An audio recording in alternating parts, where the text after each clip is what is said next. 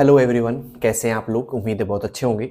और आज की क्लास इंपॉर्टेंट होने वाली है, खासकर RSCT वालों के लिए। ठीक है दोस्तों, शाम के 6:15 बज चुके हैं। कितने दोस्तों? 6:15 बज चुके हैं। और उम्मीद ये करता हूं कि आप सभी लोग जुड़ गए हों क्लास से। 6:15 का टाइम हो गया है शाम का, और क्लास स्टार्ट कर रहा हूं दोस्तों मैं।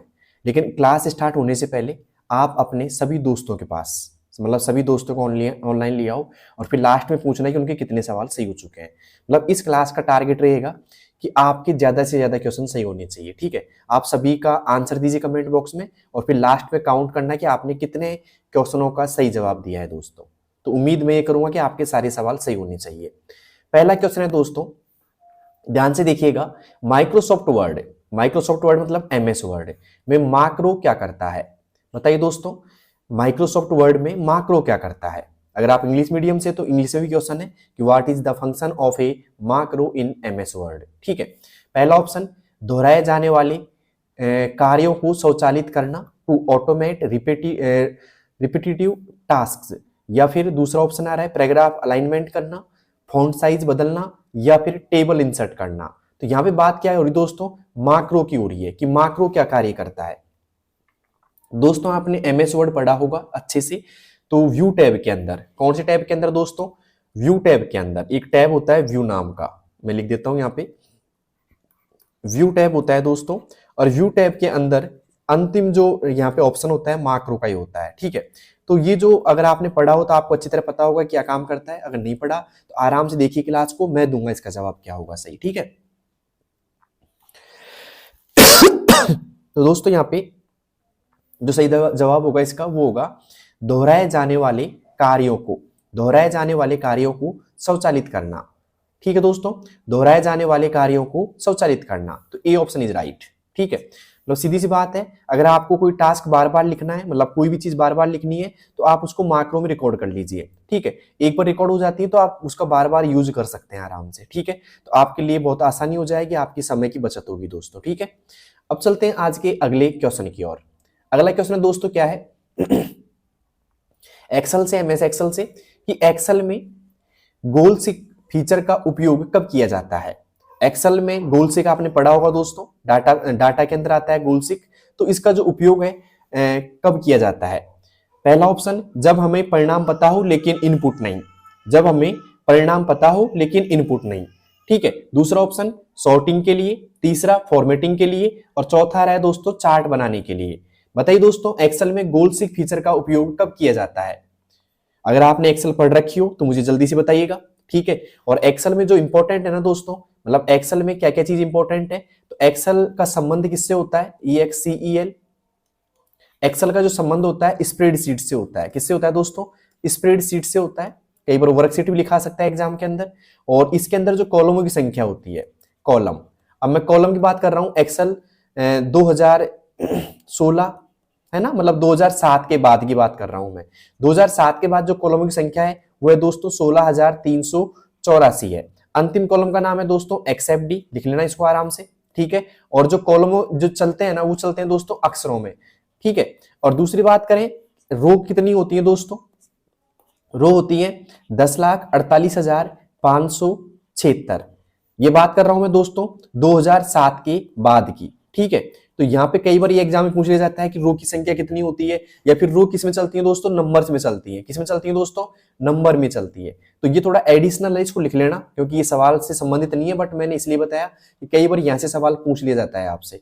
तो मैं ये चाहता हूं कि अब की बार मेरी क्लास से सारे क्वेश्चन आए, आपका एक भी क्वेश्चन गलत नहीं होना चाहिए। ठीक है, तो इसको आप नोटबुक में नोट कर लेना। अगर आपको नहीं आता है तो बहुत अच्छी बात है। ठीक है, अब सवाल ये था कि गोल सिक फीचर का उपयोग कब किया जाता है। दोस्तों गोल सिक का प्रयोग किया जाता है जब हमें परिणाम तो पता हो लेकिन इनपुट का पता नहीं है। ठीक है, तो यहाँ पे आएगा ए ऑप्शन इज राइट। जब हमें परिणाम का पता हो, रिजल्ट का पता हो, लेकिन इनपुट का पता नहीं है, तो आप यहाँ पे गोल सिक का प्रयोग कर सकते हैं। क्लियर है तक का? अब चलते हैं दोस्तों अगले क्वेश्चन की ओर। अगला क्वेश्चन है हमारा तीसरे नंबर का। यहाँ पे पावर पॉइंट में स्लाइड मास्टर के माध्यम से क्या नियंत्रित किया जा सकता है? बताइए दोस्तों, केवल एनिमेशन, केवल स्लाइड ऑर्डर, पूरी प्रेजेंटेशन का लेआउट, फॉन्ट और बैकग्राउंड, या केवल टेबल डिजाइन? बताइए दोस्तों क्या होगा इसका सही जवाब? अगर आपको आता है तो जल्दी से मुझे बताइएगा। दोस्तों इसका जो सही जवाब होने वाला है वो होगा पूरी प्रेजेंटेशन का लेआउट, फॉन्ट और बैकग्राउंड। ठीक है, यहाँ पे आएगा C option is right. Clear? तो उम्मीद करता हूं तीसरा आपका सही होगा भाई। ठीक है, और अब चलते हैं आज के चौथे क्वेश्चन की ओर। चौथा क्वेश्चन है भाई, ध्यान ध्यान से देखना एक बार। इंटरनेट में या इंटरनेट पर डीएनएस का पूरा रूप क्या है और इसका कार्य क्या है? मतलब दो चीज पूछ रहा है एक सवाल के अंदर। एक तो पूछ रहा है आपसे कि पूरा नाम क्या है, दूसरा पूछ रहा है इसका कार्य क्या है। ठीक है, तो यहाँ पे आ रहा है कि पहला ऑप्शन आ रहा है डिजिटल नेटवर्क सर्विस। ठीक है, और फाइल सेव करना। तो पहली बात तो ये कि डीएनएस का पूरा नाम क्या होता है दोस्तों? वो होता है दोस्तों डोमेन नेम सिस्टम होता है। क्या होता है? Domain name system. मतलब डी फॉर डोमेन और एन फॉर होता है दोस्तों यहाँ पे नेम और एस फॉर होता है दोस्तों सिस्टम। ठीक है, और ये क्या करता है दोस्तों? डोमेन नेम को आईपी एड्रेस में बदलता है। ठीक है, अब आपको लगे कि भाई डीएनएस का तो फुल फॉर्म पता लग गया कि डोमेन नेम सिस्टम होता है। आईपी का होता है दोस्तों इंटरनेट प्रोटोकॉल। क्या होता है दोस्तों? इंटरनेट प्रोटोकॉल होता है। आईपी का फुल फॉर्म क्या होता है दोस्तों?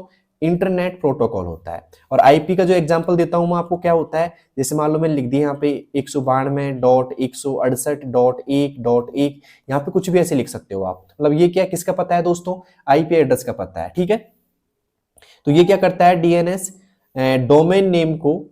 डोमेन को आईपी एड्रेस में बदलता है। ठीक है, और इसका पूरा नाम क्या है दोस्तों? डोमेन नेम सिस्टम है। कई बार एग्जाम में पूछ लिया गया है और कई बार रिपीट क्वेश्चन आते हैं, तो आपको आसानी होगी इस क्वेश्चन को सोल्व करने में। ठीक है, तो उम्मीद करता हूं दोस्तों आपको ये क्वेश्चन समझ में आ गया होगा, चौथा भी। ठीक है, और आज मैंने बैकग्राउंड ब्लैक लिया है दोस्तों। जो बैकग्राउंड है ना क्वेश्चनों का, ब्लैक लिया है। ठीक है, तो उम्मीद करता हूं आपको ये पसंद आएगा। अगर पसंद आएगा तो कमेंट बॉक्स में बताना इसको। ठीक है, अगर नहीं आया तो फिर व्हाइट कर दूंगा वापस से मैं। लेकिन ये कैसा लग रहा है बैकग्राउंड आपको जल्दी बताना, क्योंकि मैं चाहता हूं कि आपकी आंखों को ज्यादा प्रेशर ना पड़े बैकग्राउंड को देखते समय, तो इसलिए मैंने ये बैकग्राउंड यूज किया है। तो आप देखना, अगर अच्छा लगे तो बताना, नहीं तो मैं वापस वही व्हाइट वाला ले लेंगे अपन, तो कोई दिक्कत नहीं है। अब चलते हैं दोस्तों आज के पांचवें क्वेश्चन की ओर। पांचवा है कंट्रोल शिफ्ट एन क्या करता है? कंट्रोल शिफ्ट एन क्या करता है? नया फोल्डर बनाता है, नया वर्ड डॉक्यूमेंट बनाता है, प्रिंट करता है, या फिर अलाइन करता है? बताइए दोस्तों क्या करता है? कीबोर्ड पर किसकी बात की जा रही दोस्तों? कीबोर्ड पर लिखा रहना साफ साफ, कीबोर्ड पर कंट्रोल शिफ्ट एन क्या करता है दोस्तों? तो ये करता है दोस्तों नया फोल्डर क्रिएट करता है। क्या करता है दोस्तों? Create a new folder. Keyboard पर कंट्रोल शिफ्ट एन क्या करता है दोस्तों? नया फोल्डर क्रिएट करता है या नया फोल्डर बनाता है। अब एक बात ध्यान रखना, अगर बात की जाए एमएस वर्ड की, एमएस वर्ड में कंट्रोल है ना, शिफ्ट और एन क्या करता है भाई? तो ये करता है एक तरीके से नॉर्मल स्टाइल, मतलब NORMAL, नॉर्मल स्टाइल अप्लाई करता है। ठीक है, क्या करता है दोस्तों? नॉर्मल स्टाइल अप्लाई करता है किस पर? एमएस वर्ड में करता है। क्लियर यहां तक का? तो कीबोर्ड पर कंट्रोल शिफ्ट एन क्या करता है? नया फोल्डर क्रिएट करता है या नया फोल्डर बनाता है दोस्तों। ठीक है, अब बात करें नया वर्ड डॉक्यूमेंट बनाता है, कौन बनाता है नया वर्ड डॉक्यूमेंट? तो ये बनाता है दोस्तों कंट्रोल के साथ में एन। कंट्रोल एन से क्या होता है दोस्तों? एमएस वर्ड में नया डॉक्यूमेंट आता है। ठीक है, प्रिंट करना तो इजी है, आपको आता होगा अच्छी तरह। कंट्रोल के साथ में पी प्रेस करना पड़ेगा। ठीक है, तो उम्मीद है आपको समझ में आ गया होगा ये सब कुछ। अब चलते हैं दोस्तों अगले क्वेश्चन की ओर। क्लियर? अब है दोस्तों यहाँ पे वर्ड में जस्टिफाई अलाइन क्या करता है? वर्ड में जस्टिफाई अलाइन क्या करता है? बताइए दोस्तों। टेक्स्ट को सेंटर में लाता है, केवल लेफ्ट करता है, केवल राइट करता है, और केवल लेफ्ट और राइट दोनों तरफ से बराबर करता है। एक बात ध्यान रखना, एमएस वर्ड में किसमें दोस्तों? एमएस वर्ड में अलाइनमेंट की बात की जाए तो अलाइनमेंट देखो एमएस वर्ड के होम टैब में, किसमें दोस्तों? होम टैब के पैराग्राफ ग्रुप में आपको ये मिलते हैं।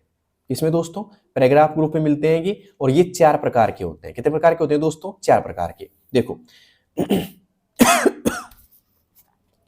थोड़ा गला खराब हो रहा है तो मैनेज करना दोस्तों, आपके लिए क्लास बना रहा हूं। देखो यहाँ पे टेक्स्ट को सेंटर में लाता है, पहला ऑप्शन आ रहा है टेक्स्ट को सेंटर में लाता है। तो टेक्स्ट को सेंटर में कौन लाता है दोस्तों? सेंटर अलाइनमेंट लाता है। कौन लाता है दोस्तों? सेंटर अलाइन लाता है। ठीक है, और सेंटर अलाइन की जो शॉर्टकट की होती है ना, चलो शॉर्टकट की बाद में लिखूंगा मैं। केवल लेफ्ट में लाता है तो ये लाता है दोस्तों लेफ्ट अलाइनमेंट। कौन दोस्तों? लेफ्ट अलाइनमेंट कौन लाता है दोस्तों? ये मतलब एक तरीके से लेफ्ट में लाता है। और राइट में कौन लाता है दोस्तों?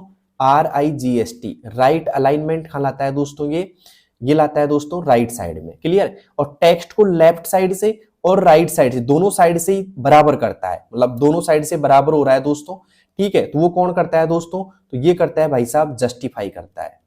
कौन करता है दोस्तों, जस्टिफाई अलाइन करता है, ये क्लियर यहां तक का।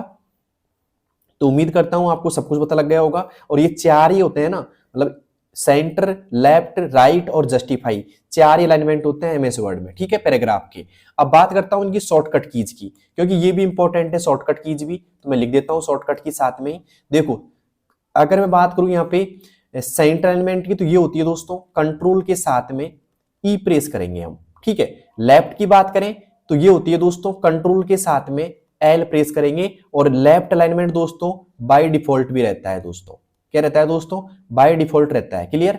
और राइट की बात करें दोस्तों तो कंट्रोल के साथ में हम आर प्रेस करेंगे, क्या प्रेस करेंगे भाई, कंट्रोल के साथ में आर प्रेस करेंगे। और बात करें दोस्तों जस्टिफाई की, तो जस्टिफाई के लिए होता है कंट्रोल प्लस जे, समझ में आ गया। कंट्रोल जे से हम क्या करेंगे दोस्तों, जस्टिफाई करेंगे, क्लियर यहां तक का। तो ये जो जस्टिफाई लिख रखा है ना, इसका जो शॉर्टकट होगा भाई साहब ये होगा कंट्रोल के साथ में जे प्रेस करेंगे हम, ओके। तो उम्मीद है आपको ये समझ में आ गया होगा, मैंने अच्छी तरह समझा दिया। और इनको लिख लेना नोटबुक के अंदर, ठीक है, क्योंकि बार बार एक क्वेश्चन को देखने के लिए तो आप आओगे नहीं, तो अभी लिख लो, जिससे आपको बार बार वीडियो देखने का भी समय कम लगेगा और आराम से आपको सारी चीजें हो जाएंगी, ठीक है। हमारा लक्ष्य होना चाहिए एग्जाम को फाइट करना आपकी बार, क्लियर। तो उम्मीद करता हूं छठा क्वेश्चन आपको समझ में आ गया होगा। अलाइनमेंट कितने होते हैं, चार होते हैं, लेफ्ट, राइट, सेंटर और जस्टिफाई। एमएस वर्ड में बाय डिफॉल्ट कौन रहता है दोस्तों, लेफ्ट अलाइनमेंट रहता है। तो यहाँ पे जस्टिफाई अलाइनमेंट क्या करता है, तो इसका सही जवाब होगा डी ऑप्शन। क्या होगा दोस्तों, डी ऑप्शन होगा, टेक्स्ट को लेफ्ट और राइट दोनों तरफ से बराबर करता है, ठीक है। अब कुछ लोग ये बोल रहे हैं कि भाई इतना टाइम मत लगाओ क्वेश्चन समझाने में, ठीक है। तो भाई एक क्वेश्चन समझाने के लिए मैं इसलिए कर रहा हूँ कि यहाँ से सवाल बन सकते हैं आपके, ठीक है, क्योंकि हर एक एग्जाम में देखा गया है अलाइनमेंट से एक सवाल जरूर बनता है। तो 6 सवाल कंप्लीट हो चुके हैं, अब चलते हैं 7वें की तरफ। 7वां है दोस्तों, एक्सेल में इफ फंक्शन क्या करता है। एक्सेल में इफ फंक्शन क्या करता है भाई, तो पहला टेक्स्ट फॉर्मेटिंग करना, चार्ट इंसर्ट करना, किसी शर्त या कंडीशन के अनुसार परिणाम देना और टेबल बनाना। दोस्तों बात करें जब भी इफ आ जाए ना किसी भी फॉर्मूले के अंत में, या खुद इफ आ जाए, तो इसका मतलब है कि शर्तों पर लागू होता है। ये किस पे दोस्तों, शर्तों पर लागू होता है, ये बात ध्यान रखना, ठीक है। अब इफ तो कई जगह आता है, जैसे काउंट इफ हो गया, सम इफ हो गया, तो ये सब क्या होते हैं दोस्तों, शर्तों पे लागू होते हैं। तो यहाँ पे आ जाएगा किसी शर्त के अनुसार परिणाम देना, किसी शर्त के अनुसार परिणाम देना, सी ऑप्शन इज राइट, ठीक है। फॉर एग्जाम्पल मैं बोलता हूं, जैसे मान लो मैं बोलता हूं जैसे कि जिसके 50 मार्क्स से कम आए ना, 50 से कम आए उनको मैं क्या कर देता हूं, फेल कर देता हूं, ठीक है। और मैं बोलूं जिसके 50 से ज्यादा आए हैं तो उनको पास कर दीजिए, ठीक है। तो उस कंडीशन में अगर आपको ये कंडीशन अप्लाई करनी है एक साथ में, तो आप इफ का फॉर्मूला लगाएंगे, क्योंकि यहाँ पे शर्त लगा दी मैंने कि 50 से ज्यादा वाले पास होंगे, 50 से कम वाले क्या हो जाएंगे दोस्तों, फेल हो जाएंगे। तो ये क्या हो गई दोस्तों, कंडीशन हो गई। तो इसमें कौन सा फॉर्मूला लगेगा, इफ का लगेगा दोस्तों। किसका लगेगा दोस्तों, इफ का फॉर्मूला इंसर्ट होगा, क्लियर यहां तक का। और ध्यान रखना एक्सेल में किसी भी फॉर्मूला को स्टार्ट करने से पहले इक्वल सिंबल लगाया जाता है, ये बात ध्यान रखना दोस्तों। किसी भी फॉर्मूला को स्टार्ट करने से पहले या किसी भी फंक्शन को स्टार्ट करने से पहले इक्वल सिंबल लगाया जाता है, ओके। अब चलते हैं दोस्तों अगले क्वेश्चन की ओर। अगला क्वेश्चन है हमारा 8वां, पावर पॉइंट में एक्शन बटन का प्रयोग क्यों किया जाता है।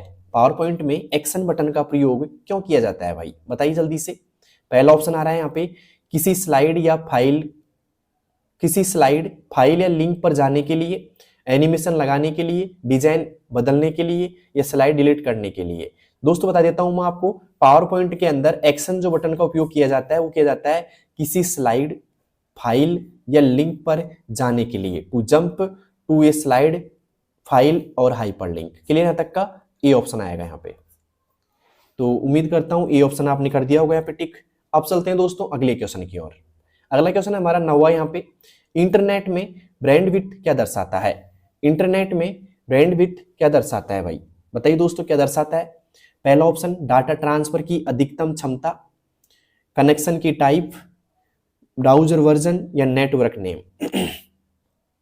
दोस्तों यहाँ पे ब्रैंडविड्थ की बात की जाए तो ये दर्शाता है दोस्तों डाटा ट्रांसफर की अधिकतम क्षमता, A option is right, data transfer की अधिकतम क्षमता, ओके।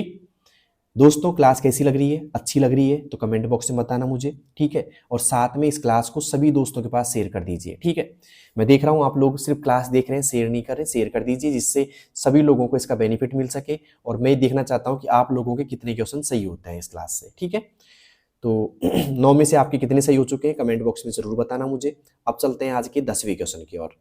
10वां क्वेश्चन है दोस्तों, कीबोर्ड पर F5 की का उपयोग वर्ड में और ब्राउजर में दोनों में किस लिए होता है। अब यहाँ पे दो जगह पूछ रहा है आपसे, वर्ड की भी पूछ रहा है आपसे और ब्राउजर की भी पूछ रहा है। तो दोनों जगह किस लिए होता है भाई, जल्दी से बताइए मुझे। दोनों में प्रिंट करने के लिए होता है, बिल्कुल गलत, नहीं होता है। वर्ड में गो टू ऑप्शन आता है और ब्राउजर में रिफ्रेश करने का आता है, तो ये ऑप्शन सही है दोस्तों, बी ऑप्शन। देखिए दोस्तों, अगर आप वर्ड में MS वर्ड की बात करें तो MS वर्ड में अगर आप F5 प्रेस करते हैं ना, तो MS वर्ड में F5 प्रेस करते हैं तो गो टू का ऑप्शन आता है सीधा। किसका आता है दोस्तों, गो टू का। किससे आता है, F5 से। क्लियर। अगर आप यहाँ पे ब्राउजर में, किसी ब्राउजर में अगर आप F5 प्रेस करते हैं तो क्या होगा दोस्तों, रिफ्रेश होगा। क्या होगा दोस्तों, रिफ्रेश होगा। क्लियर है तक का।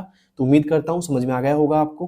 क्लियर। तो MS वर्ड में गो टू का ऑप्शन आता है और ब्राउजर में क्या आता है दोस्तों, रिफ्रेश करने का आता है। क्लियर। अब चलते हैं दोस्तों अगले सवाल की तरफ। अगला सवाल है हमारा, क्या है, 11वां। वर्ड में कमेंट का उपयोग किस लिए होता है। वर्ड में कमेंट का उपयोग किस लिए होता है, किसी टेक्स्ट पर नोट या सुझाव जोड़ने के लिए, टेक्स्ट डिलीट करने के लिए, टेबल बनाने के लिए, पेज सेटअप के लिए। तो यहाँ पे दोस्तों डी भी नहीं होगा, सी भी गलत है और बी भी गलत है। ये होगा किसी भी टेक्स्ट पर नोट सुझाव जोड़ने के लिए, ठीक है। तो यहाँ पे आएगा A option is right. Clear. अब चलते हैं दोस्तों 12वें क्वेश्चन की ओर। 12वां क्वेश्चन है आज का, एक्सेल में डाटा फिल्टर का उपयोग क्या करता है।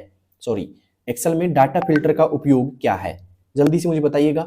एक्सेल में डाटा फिल्टर का उपयोग क्या है। चार्ट बनाने के लिए, फॉर्मेटिंग करने के लिए, सीट मर्ज करने के लिए, किसी शर्त के अनुसार डेटा को छांटने के लिए।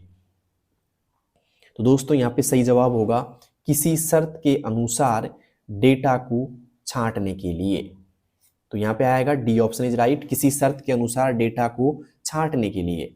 तो उम्मीद करता हूं आपको डी ऑप्शन समझ में आ गया होगा। अब चलते हैं दोस्तों आज के अगले क्वेश्चन की ओर। अगला क्वेश्चन है हमारा आज का कि पावर पॉइंट में, किसमें दोस्तों, पावर पॉइंट में यहाँ पे क्वेश्चन आपको दिख गया होगा अच्छी तरह, मैं थोड़ा छोटा कर देता हूँ स्क्रीन पे, ठीक है। पावर पॉइंट में स्लाइड, ट्रांजिशंस और एनिमेशन में क्या अंतर है, बताइए दोस्तों, दोनों में क्या अंतर है। पहला ऑप्शन, ट्रांजिशन स्लाइड बदलने का प्रभाव देता है, एनिमेशन स्लाइड के अंदर ऑब्जेक्ट पर लागू होता है। बिल्कुल सही बात है, ध्यान रखना, ट्रांजिशन हमेशा स्लाइड बदलने पर प्रभाव देता है, जबकि एनिमेशन स्लाइड के अंदर जो भी ऑब्जेक्ट होते हैं और जो भी टेक्स्ट होते हैं दोस्तों, टेक्स्ट पे भी लागू होता है। ये टेक्स्ट होते हैं, इन पर ये लागू होता है। तो यहाँ पे आएगा ई ऑप्शन। क्लियर यहाँ तक का। अब चलते हैं दोस्तों अगले क्वेश्चन की ओर। अगला क्वेश्चन है हमारा, इंटरनेट में HTTP और HTTPS में क्या अंतर है, बताइए दोस्तों। भाई सिंपल अर्थ है, जहां भी आपको किसी वेबसाइट के अंत में HTTPS आ जाता है तो ये अधिक सिक्योर होती है, ठीक है। अधिक क्या होती है दोस्तों, सिक्योर होती है। और एस का मतलब भी क्या होता है दोस्तों, सिक्योर होती है। तो यहाँ पे आएगा HTTPS में डाटा सिक्योर यानी कि इनक्रिप्टेड होता है। क्लियर। तो पहला ऑप्शन गलत है, दूसरा भी, तीसरा भी गलत है और चौथा भी गलत है। यहाँ पे बी ऑप्शन इज राइट हो जाएगा, यह आपका आज का आंसर रहेगा इसका। अब चलते हैं दोस्तों अगले क्वेश्चन की ओर। अगला क्वेश्चन है हमारा 15वां। यहाँ पे 15वां तक पहुंच चुके हैं भाई, कुछ ही क्वेश्चन बचे हैं। और यहाँ तक आपकी कितनी क्वेश्चन सही हो गए वो कमेंट बॉक्स में मुझे बताना। कीबोर्ड में कंट्रोल एस्केप दबाने से क्या खुलता है। कीबोर्ड में कंट्रोल एस्केप दबाने से क्या खुलता है भाई। Start menu, task manager, run box या फाइल एक्सप्लोरर। देखना दोस्तों, यहाँ से बहुत इंपॉर्टेंट बन रहे हैं ऑप्शन भी। यहाँ किसी भी ऑप्शन से क्वेश्चन उठ सकता है आपकी बार आपके लिए, ठीक है। तो पहले तो मुझे इस सवाल का जवाब आप कमेंट बॉक्स में दीजिए। मैंने बहुत मतलब देर हो गई कमेंट बॉक्स में आपसे आंसर लिए हुए, तो अब मुझे 15वें का आंसर चाहिए कमेंट बॉक्स के अंदर जल्दी से। देखते हैं कौन कौन शख्स ऐसे हैं जो इसका आंसर दे पाते हैं, ठीक है। जल्दी से बताइए, मैं पानी पी लेता हूं तब तक। बताइए दोस्तों।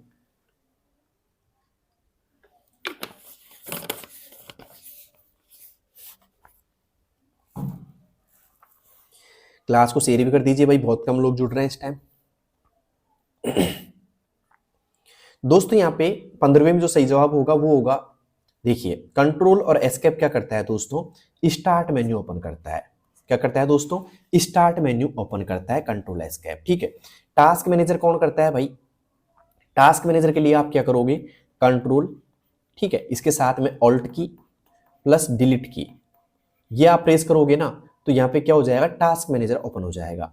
रन बॉक्स के लिए क्या करेंगे हम, विन की या विंडो की बोल सकते हो आप इसको, विंडो की के साथ में हम क्या करेंगे, आर प्रेस करेंगे, ठीक है। और फाइल एक्सप्लोरर के लिए क्या करेंगे, विंडो की, ठीक है, और विंडो की के साथ में हम क्या कर देंगे, ई प्रेस कर देंगे दोस्तों, विंडो की के साथ में ई प्रेस कर देंगे, जहां पे आपको सारी फोल्डर फाइलें वगैरह दिखती है ना, वो इसी के अंदर दिखती है, ठीक है। और रन बॉक्स होता है रन कमांड की तरह, ऐसा दिखाई देता है, जहां भी आप कुछ भी लिखोगे, जैसे कि आपको एमएस वर्ड खोलना है तो आप क्या फिल करोगे, WINWORD, ठीक है, ऐसे फिल करोगे, एंटर प्रेस करोगे या ओके पे क्लिक करोगे तो एमएस वर्ड खुल जाएगा, ठीक है। तो इसे हम रन कमांड भी बोल सकते हैं और रन बॉक्स भी बोल सकते हैं। क्लियर यहाँ तक का, तो उम्मीद है समझ में आ गया होगा आपको।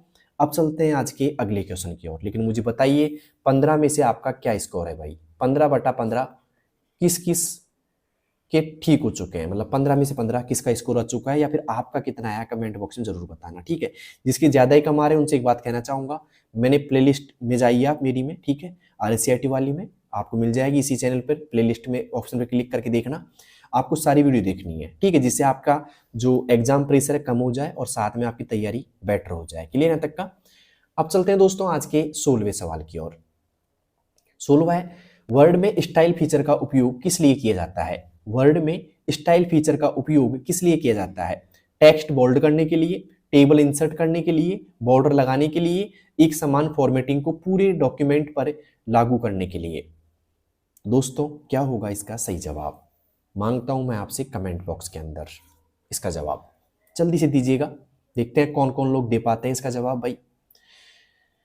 दोस्तों वर्ड में स्टाइल फीचर का जो उपयोग किया जाता है वो किया जाता है भाई साहब समान, एक समान, क्या दोस्तों, एक समान फॉर्मेटिंग को पूरे डॉक्यूमेंट में लागू करने के लिए। डी ऑप्शन इज राइट, ठीक है, डी ऑप्शन आएगा। टेक्स्ट बोल्ड करने के लिए बहुत इजी काम है, कंट्रोल के साथ में बी प्रेस कर दिया जाता है, ठीक है। कई बार इजी क्वेश्चन भी आते हैं, कई लोगों का सवाल है कि सर इजी क्वेश्चन है तो बहुत ज्यादा, भाई कई बार एग्जाम में इजी क्वेश्चन पूछे जाते हैं आपसे, ठीक है। टेबल इंसर्ट करने के लिए, देखो टेबल इंसर्ट करने के लिए एमएस वर्ड में इंसर्ट टैब में आपको जाना पड़ेगा, इंसर्ट टैब में आप जाओगे वहां पे आप टेबल इंसर्ट कर सकते हैं, ठीक है। बॉर्डर लगाने के लिए आप पैराग्राफ होम टैब के पैराग्राफ ग्रुप में जाइए, वहां से बॉर्डर लग जाएगा आराम से, ठीक है। तो अब चलते हैं आज के 17वें क्वेश्चन की ओर। एक्सेल में कॉनकैटिनेट फंक्शन का फंक्शन क्या करता है, एक्सेल में कॉनकैटिनेट फंक्शन क्या करता है, नंबर जोड़ता है, फॉर्मेटिंग करता है, दो या दो से अधिक वैल्यूज को जोड़ता है, चार्ट इंसर्ट करता है। दोस्तों यहाँ पे कॉनकैटिनेट फंक्शन जो काम करता है ना भाई साहब, वो करता है दो या दो से अधिक टेक्स्ट वैल्यूज को जोड़ता है, दो या दो से अधिक टेक्स्ट वैल्यूज को जोड़ता है। सी ऑप्शन इज राइट, ठीक है। क्लियर यहां तक का। तो नंबर जोड़ता है गलत बात है, नंबर नहीं जोड़ता है, फॉर्मेटिंग करता है नहीं करता, चार्ट इंसर्ट भी नहीं करता है, दो या दो से अधिक टेक्स्ट वैल्यूज को जोड़ता है, ठीक है। अब चलते हैं दोस्तों अगले सवाल की तरफ। अगला सवाल है हमारा 18वां यहाँ पे, पावर पॉइंट में स्लाइड शो शुरू करने के लिए किस शॉर्टकट की क्या है। तो यहाँ पे स्लाइड शो शुरू करने की शॉर्टकट की क्या है भाई, मैंने बताई थी आपको शुरुआत में भी, F5 की है, तो यहाँ पे आएगा F5, ठीक है। कंट्रोल P प्रिंट करने के लिए होते ही भाई साहब, और यहाँ पे F1 आप हेल्प ले सकते हो इससे, ठीक है। तो उम्मीद करता हूँ समझ में आ गया होगा 18वां। अब चलते हैं 19वीं की ओर। 19वां है दोस्तों, इंटरनेट में कैश मेमोरी का उद्देश्य क्या है, इंटरनेट में कैश मेमोरी का उद्देश्य क्या है, वायरस स्कैन करना, फाइल डाउनलोड रोकना, वेबसाइट की अस्थायी जानकारी सेव करना ताकि अगली बार तेजी से खुले, या कुकीज डिलीट करना। बताइए दोस्तों क्या होगा इसका सही जवाब, इंटरनेट में कैश मेमोरी का उद्देश्य क्या है। दोस्तों इसमें होगा वेबसाइट की अस्थायी जानकारी सेव करना ताकि अगली बार तेजी से खुले, आपको समय कम लगे, इंतजार कम करना पड़े, तुरंत आपका जो भी आप चाहते हो खुल जाए, इसलिए कैश मेमोरी का उपयोग होता है इसमें ना, कि वेबसाइट की अस्थायी जानकारी सेव करना ताकि अगली बार तेजी से खुल सके, ठीक है। और आपको अगर इसको डिलीट करना है तो उससे क्या होगा, आपका जो भी स्टोरेज है वो खाली हो जाएगा, ठीक है। अब चलते हैं दोस्तों अगले सवाल की तरफ। अगला सवाल है हमारा 20वां आज का, कीबोर्ड पर कंट्रोल जेड और कंट्रोल वाई का उपयोग क्या है। देखो कई बार ऐसे पूछ लिया जाता है सवाल, और ऐसे पूछ लिया जाता है, कई बार गलत कर देते हैं अपन, ठीक है, क्योंकि छोटे छोटे सवाल आपके गलत हो जाते हैं। दोस्तों यहाँ पे बात की जा रही है कंट्रोल कीबोर्ड पर कंट्रोल जेड और कंट्रोल वाई का उपयोग क्या है। दो पूछे जा रहे हैं आपसे शॉर्टकट इसमें। पहला ऑप्शन अंडू और रीडू करने के लिए, कट और कॉपी करने के लिए, प्रिंट और सेव करने के लिए, क्लोज और ओपन करने के लिए। बताइए दोस्तों क्या होगा इसका सही जवाब। तो हम बात करें दोस्तों इसके सही जवाब की। देखो यहाँ पे अंडू और रीडू करने के लिए होता है, कंट्रोल जेड होता है दोस्तों अंडू करने के लिए, और कंट्रोल वाई होता है दोस्तों रीडू करने के लिए। क्लियर। तो यहाँ पे आएगा A option is right. Cut और कॉपी के लिए दोस्तों होता है, देखो मैं लिख देता हूँ यहाँ पे अच्छी तरह। कट होता है दोस्तों कंट्रोल एक्स के साथ में, और कॉपी होता है दोस्तों कंट्रोल और सी के साथ में। प्रिंट होता है दोस्तों, मैं लिख देता हूँ यहाँ पे प्रिंट के लिए कंट्रोल और पी करेंगे प्रेस, और सेव के लिए होता है दोस्तों कंट्रोल और एस प्रयोग, ठीक है। और क्लोज के लिए जो होता है दोस्तों CLOSE। देखो क्लोज के लिए हम यहाँ पे कंट्रोल के साथ में W भी प्रेस कर सकते हैं, और अल्ट के साथ में F4 भी हम प्रयोग कर सकते हैं। अल्ट के साथ में F4 भी प्रयोग कर सकते हैं। जबकि ओपन करने के लिए हम प्रयोग करेंगे दोस्तों कंट्रोल के साथ में O का, ठीक है। कंट्रोल O से हम क्या कर सकते हैं दोस्तों, ओपन कर सकते हैं। तो उम्मीद है आपको ये क्वेश्चन अच्छी तरह समझ में आ गया होगा भाई। किस किस को अच्छी तरह समझ में आ गया कमेंट बॉक्स में जरूर बताना मुझे, ठीक है। मुझे पता है थक गए होंगे, इसलिए सेकंड लास्ट क्वेश्चन है आज का। अब चलते हैं आज के अंतिम क्वेश्चन की ओर। आपके चेहरे पे खुशी आ गई होगी भाई, अंतिम क्वेश्चन है, क्लास बहुत जल्दी फिनिश हो गई आज की। तो अंतिम क्वेश्चन है आज का कि वर्ड में मेल मर्ज के लिए मुख्य डॉक्यूमेंट क्या कहलाता है। बताइए दोस्तों। Database, worksheet, form letter, data source. बताइए दोस्तों अगर आपने मेल मर्ज पढ़ा होगा। मेल मर्ज क्या होता है, मेल मर्ज का मतलब होता है कि एक साथ कई व्यक्तियों को है ना लेटर भेजना, जिससे क्या होता है कि एक तरीके से समय की बचत होती है। तो यहाँ पे मेल मर्ज के लिए मुख्य डॉक्यूमेंट क्या कहलाता है, फ्रॉम लेटर कहलाता है। C option is right, form letter कहलाता है। तो उम्मीद करता हूँ आज की क्लास आपको अच्छी लगी होगी, और अपनी जो क्लास है डेली का जो समय है ना भाई नोट कर लेना आप, है ना। डेली का समय रहेगा 6:15 PM कब आता है दोस्तों, शाम के समय को बोलते हैं, ठीक है। तो 6:15 शाम को आपको आ जाना है दोस्तों, और क्लास देखनी है, और फिर अपना मूल्यांकन करना है कि आपके कितने क्वेश्चन सही हो रहे हैं, ठीक है। और सुबह का जो टाइम रहेगा दोस्तों, सुबह की क्लास भी जल्दी स्टार्ट कर दूंगा मैं, MORNING। मॉर्निंग में जो टाइम रहेगा दोस्तों वो रहेगा 7 बजे का, ठीक है। तो आप आइएगा, मतलब डेली 6:15 क्लास स्टार्ट कर दी मैंने, और मॉर्निंग की भी जल्दी कर दूंगा मैं, ठीक है। तो उम्मीद करता हूँ आप आओगे 6:15 और क्लास को देखोगे और अपने दोस्तों के पास भी शेयर करोगे, ठीक है। और क्लास कैसी लगी वो तो आप मुझे कमेंट बॉक्स में बताना, और इस क्लास को रेडी कर लीजिए क्योंकि कल दूसरी क्लास आने वाली है, ठीक है। तो तब तक इस क्लास को रेडी रखिएगा और सारे क्वेश्चनों को सॉल्व करते रहिएगा, ठीक है। उम्मीद करता हूँ आपका पेपर अच्छा होगा। तो बेस्ट ऑफ लक। मिलते हैं दोस्तों कल एक नई क्लास के साथ में। तब तक के लिए थैंक यू,